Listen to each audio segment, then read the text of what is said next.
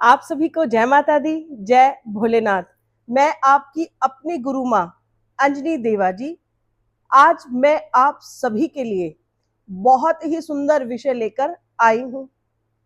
आप सब जानते हैं कि बहुत समय के बाद ये वीडियो बनाने का मुझे सौभाग्य मिला है और आप सभी इस वीडियो को अवश्य सुनिएगा।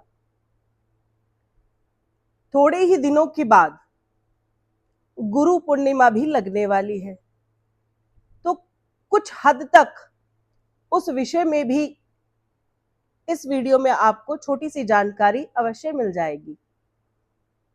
तो हम सीधा सीधा विषय पर आ जाते हैं। जो भी बच्चे हमारी वीडियो को सुनते हैं, आज निवेदन है कि सब्सक्राइब कर दिया कीजिए।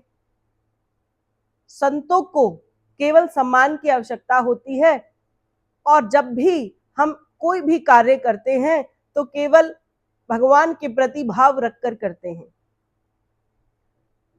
इस संसार में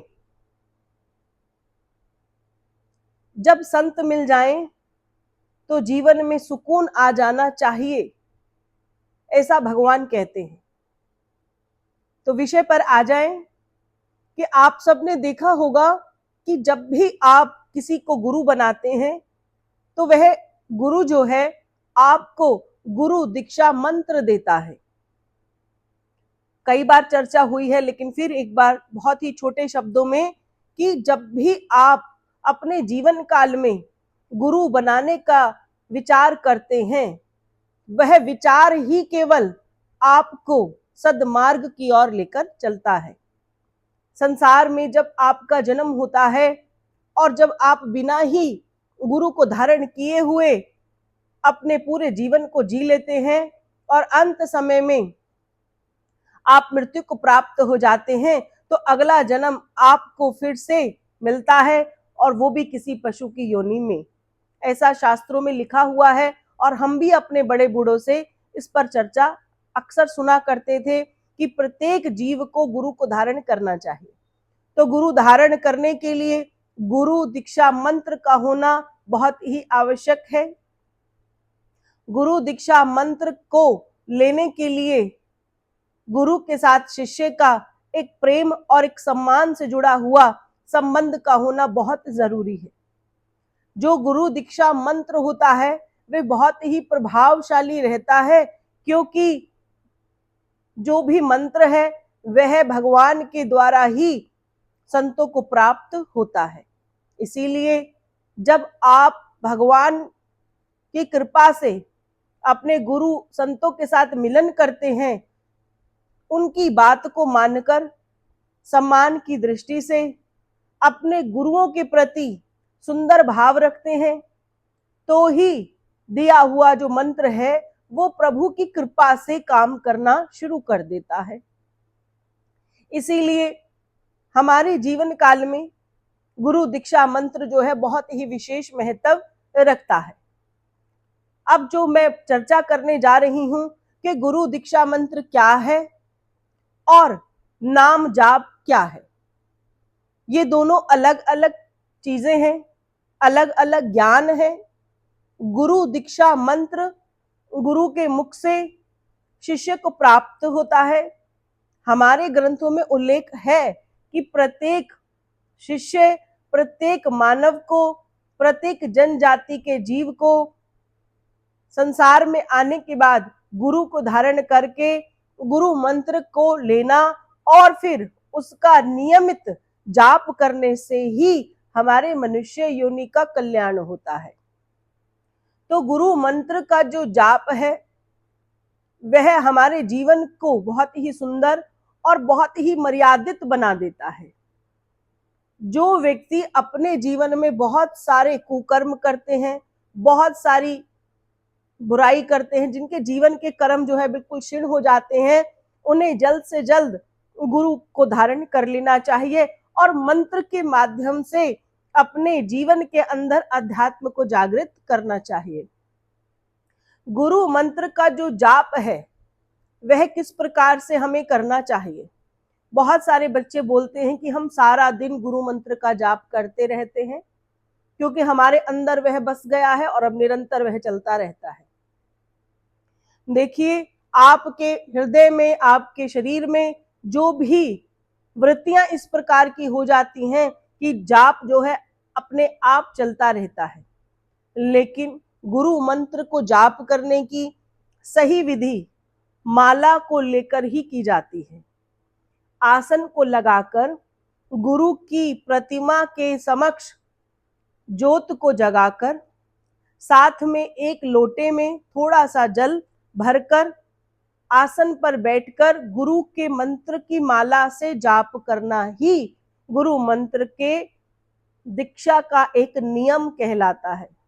सात्विक जीवन को जीना, गुरु के प्रति अच्छा भाव रखना, गुरु के कहे पर चलना, यही गुरु मंत्र से शक्ति की प्राप्ति है।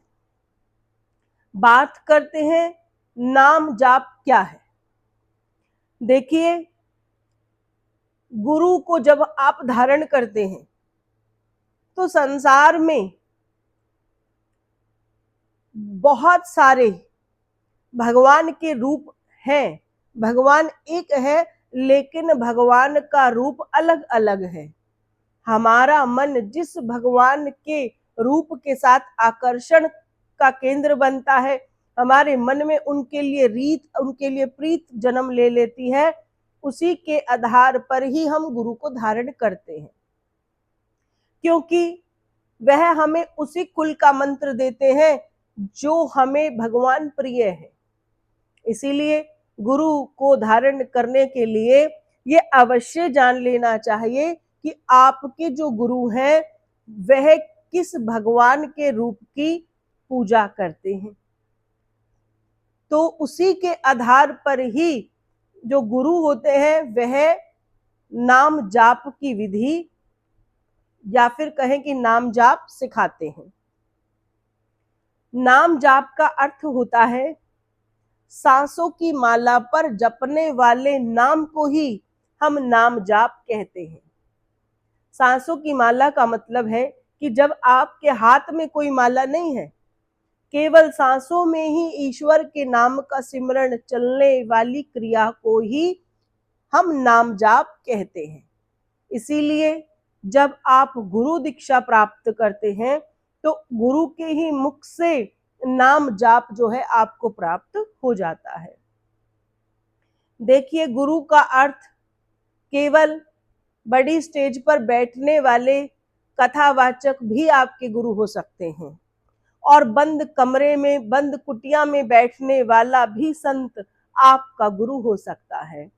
केवल शिष्य के मन में ही गुरु का जो भाव है वो किस प्रकार से उज्जवल है, ये एक क्रिया जो है वो शिष्य के ही जीवन में आती है कि वह अपने गुरु को किस प्रकार की दृष्टि से देख रहा है।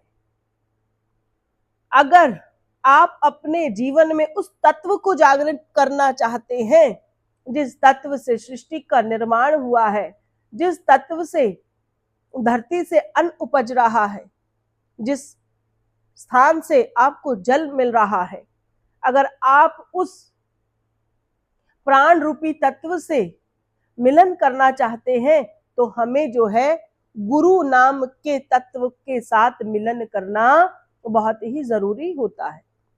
तो आप ध्यान से समझें कि गुरु दीक्षा जाप को आप जब करते हैं तो वह मन ही मन में करते हैं, और जब आप नाम जाप को करते हैं तो ये जो नाम जाप है ये आप अपनी सांसों के आधार पर बिना किसी आसन के और बिना किसी माला के कर सकते हैं, और दोनों में ही कोई भेद नहीं है, दोनों से ही भगवान की प्राप्ति है, लेकिन एक स्थायी है और एक अस्थायी है।